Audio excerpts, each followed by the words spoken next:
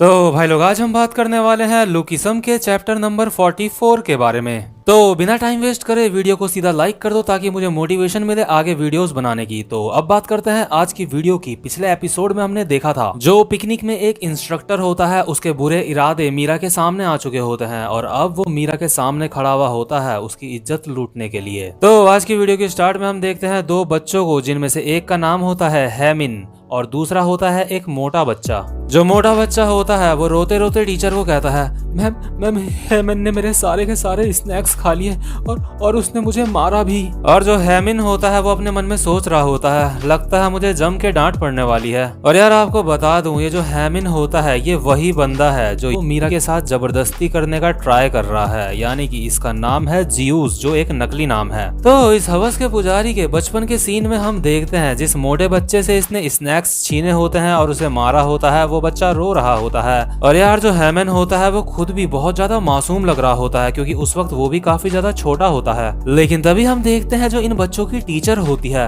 वो कहती है, अगर तुम्हारा कोई दोस्त तुम्हारे स्नैक्स खा लेता है तो इसमें रोने वाली कोई बात नहीं होती, और वैसे भी सुन पियो, तुम्हें अपना वेट कम करने की जरूरत है। लेकिन जो हैमन है वो काफी ज्यादा पतला है और हैंडसम है, वो तुम्हारे स्नैक्स खा भी लेगा तो उसको कोई भी दिक्कत नहीं होने वाली, इसलिए तुम्हें अपने स्नैक्स हेमन को दे देने चाहिए। और यार जो हेमन होता है वो अपने मन में सोचता है, क्या मुझे डांट नहीं पड़ी? और यार यहीं से शुरू होता है इस बंदे का हरामीपना शुरू, यहीं से शुरुआत होती है इसकी क्रिमिनल बनने की। हम देखते हैं जैसे जैसे हेमन बड़ा होता है वो लड़कियों के साथ भी काफी छिचोरापंती करने लगता है, लेकिन क्योंकि उसकी एज ज्यादा नहीं होती उस वक्त तो इसलिए सारे के सारे लोग इसको बहुत ही हल्के में लेते हैं। और जो हैमन होता है उसके अंदर लड़कियों के लिए बचपन से ही हवस जाग जाती है। और हम देखते हैं जो हैमन होता है वो दिखने में भी काफी स्मार्ट होता है और अब वो काफी बड़ा भी हो चुका होता है। तो हम देखते हैं जो हैमन होता है उसके स्कूल की एक सीनियर लड़की हैमन से पूछती है, वो हम वैकेशंस में जा रहे हैं, क्या तुम हमारे साथ आना पसंद करोगे?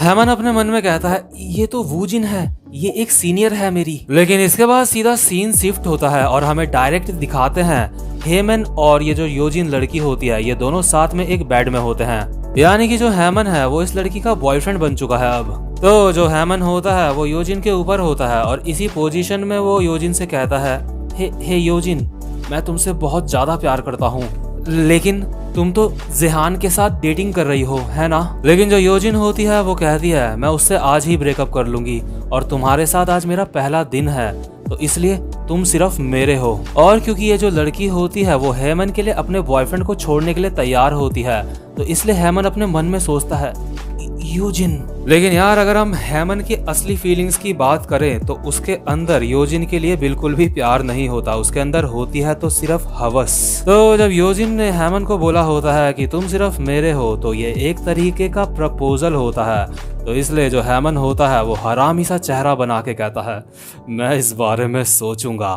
और जो योजिन होती है वो कहती है, प्लीज जो तुम कहोगे मैं वो करूंगी। लेकिन जो हैमन होता है वो अपने मन में सोच रहा होता है, मैं चाहता हूँ कि मुझे सारी लड़कियां प्यार करें। और अब हम प्रेजेंट मोमेंट में आके देखते हैं जब जो ये हैमन होता है ये एक प्रोफेशनल रेपिस्ट बन चुका होता है।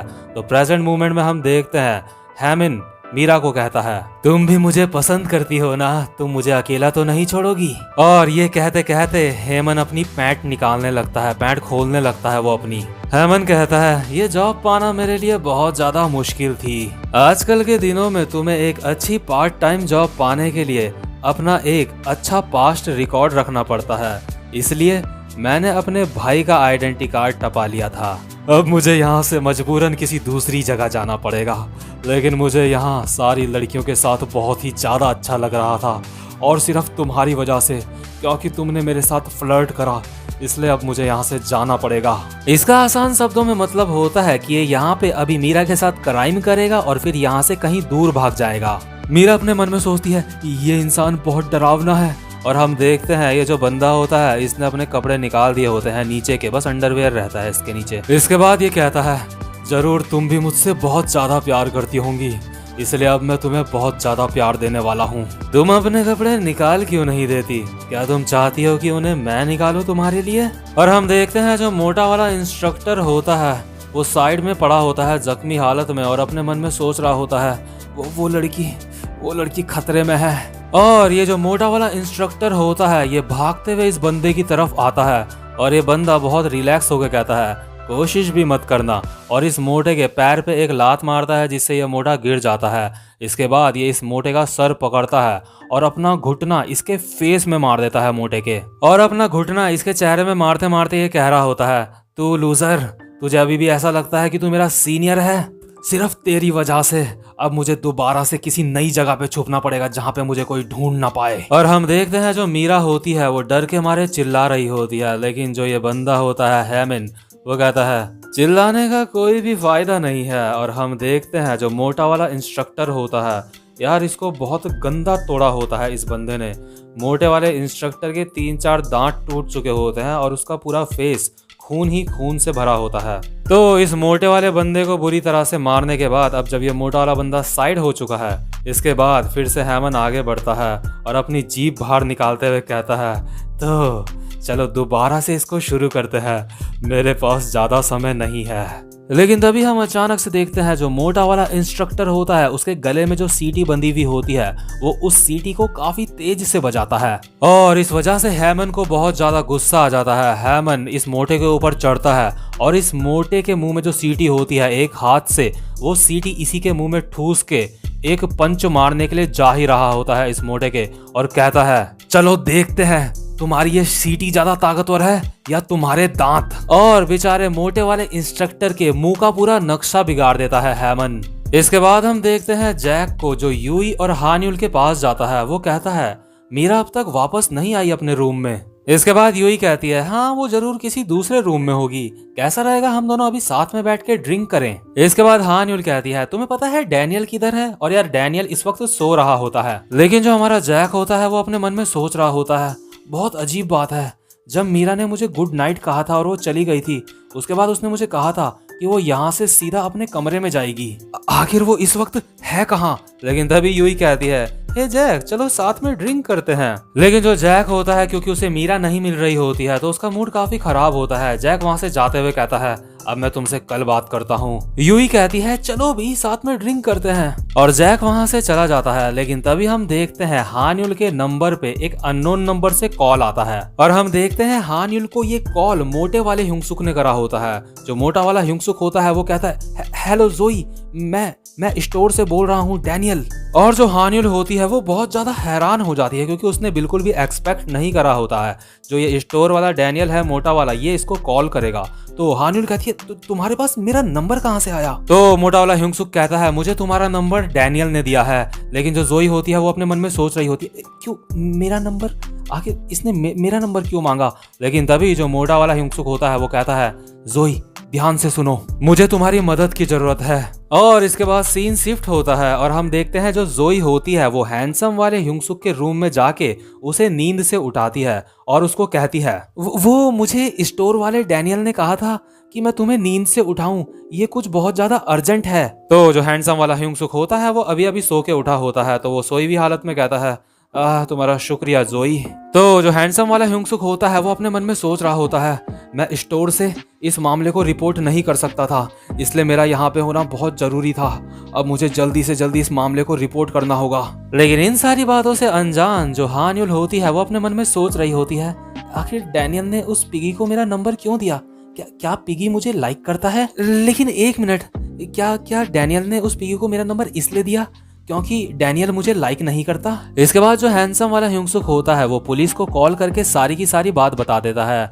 पुलिस कहती है तुम इस वक्त माउंटेन वाले इलाके में हो तो हमें वहां पे पहुंचने में 30 मिनट लग जाएंगे कम से कम, तो इसलिए जब हम तुम्हें कॉल करेंगे तो हमारी कॉल जरूर पिक कर लेना। तो जो ह्युंगसुक होता है वो कहता है ठीक है मैं जरूर से पिक कर लूंगा। इसके बाद जो ह्युंगसुक होता है वो अपने मन में सोचता है तो ठीक है अब मुझे बस कॉल का इंतजार करना है उनकी। और साथ ही साथ में जो अपना ह्युंगसुक है उसको अभी नहीं पता होता है कि मीरा किस सिचुएशन में है। अगर उसे शायद पता होता तो शायद वो उसको खुद ही अभी बचाने के लिए ढूंढ रहा होता इधर उधर, लेकिन उसको ये सारी बातें नहीं पता होती। लेकिन तभी हम अचानक से देखते हैं जो जैक होता है वो कॉल पे पुलिस के साथ जो ह्यूंगसुक होता है उसकी सारी की सारी बातें सुन लेता है। और यार ये सारी की सारी बातें सुनने के बाद जो जैक होता है वो बहुत ज्यादा हैरान होता है और काफी ज्यादा गुस्से में लग रहा होता है। तो इसलिए जो हमारा ह्यूंगसुक होता है वो अपने मन में सोचता है जैक, उसके उसके फेस के एक्सप्रेशन। लेकिन तभी हम देखते हैं जो जैक होता है वो गोली की रफ्तार से वहां से भागता है मीरा को ढूंढने के लिए। और हम देखते हैं वहां पे हान्युल आती है। वो ह्यूंगसुक को कहती है यहाँ पे क्या चल रहा है, क्या मीरा ने तुमसे कुछ पैसे वैसे उधार ले रखे हैं क्या? लेकिन जो ह्यूंगसुक होता है वो जोई से पूछता है हे जोई, आखिर कुछ बात है क्या, कुछ हुआ है क्या? लेकिन जो जोई होती है वो कहती है जैक कह रहा था कि जो मीरा है वो काफी समय से उसे दिखी नहीं, वो अपने रूम में नहीं है। और इसके बाद सीन शिफ्ट होता है और हम देखते हैं मोटे वाले इंस्ट्रक्टर को जिसके 3-4 दांत टूट के जमीन में गिरे होते हैं और उसकी बिल्कुल बुरी हालत होती है, ऐसा लगता है जैसे वो मर चुका है। और हम साइड में देखते हैं जो मीरा होती है वो एक कोने में बैठ के रो रही होती है।